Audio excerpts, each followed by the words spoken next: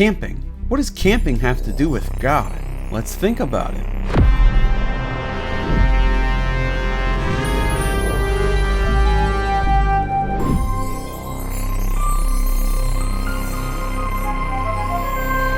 Hey, my name's Justin Harrell. I challenge you to challenge yourself to think about less taught biblical topics. As I was studying for this video, the thought occurred to me.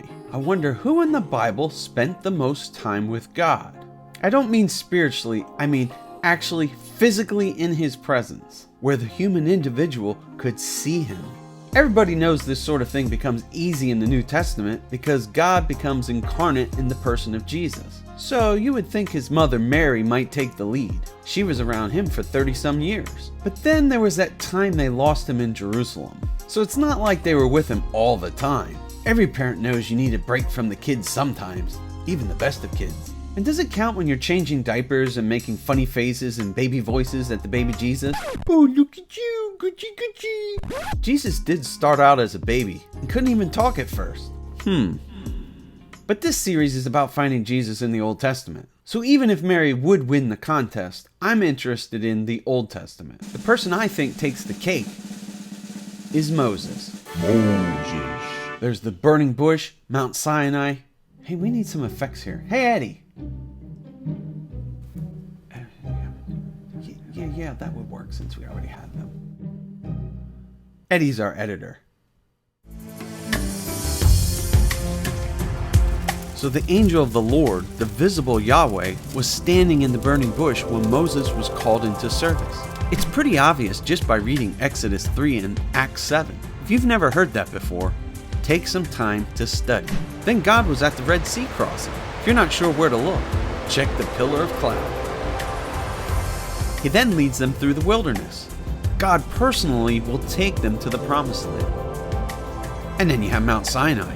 This was an epic appearing. The mountain shook. It was covered in fire and smoke and thick clouds.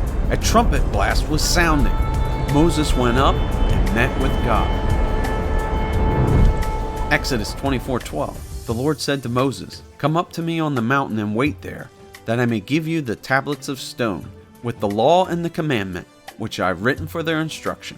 Moses spent 40 days and nights on that mountain camping with God, receiving the law, getting the blueprints and instructions for building the tabernacle. Talk about a spiritual retreat. But that was just the beginning. Moses would meet with God on a regular basis from his calling at 80 years old until he was 120. That's 40 years. After Moses came down the mountain and before the tabernacle was constructed, Moses pitched a special tent. It was called the Tent of Meeting. Well, who was he meeting? God. Oh, and by the way, my takeaway from this is that camping from a biblical standpoint is using a tent, not a camper, not a cabin. You want to camp like that? That's unbiblical. It's a joke, people. Exodus 33:7. Now Moses used to take the tent and pitch it outside the camp, far off from the camp, and he called it the Tent of Meeting. And everyone who sought the Lord would go out to the Tent of Meeting, which was outside the camp. The people are far from God here. Their rebellion and casting that golden calf does not allow them to be close to God. There's a lesson in there for us all. Sin puts a wedge between us and God. He can feel so far to the point that you doubt his existence. Then, pretty soon, you're deconstructing your faith. And it doesn't take the big sins like adultery or witchcraft or substance abuse. No, just a small, willful, habitual resistance to obey God's will. You'll be walking slowly away from God. And one day, you'll look back and wonder where God is, or if he even ever was.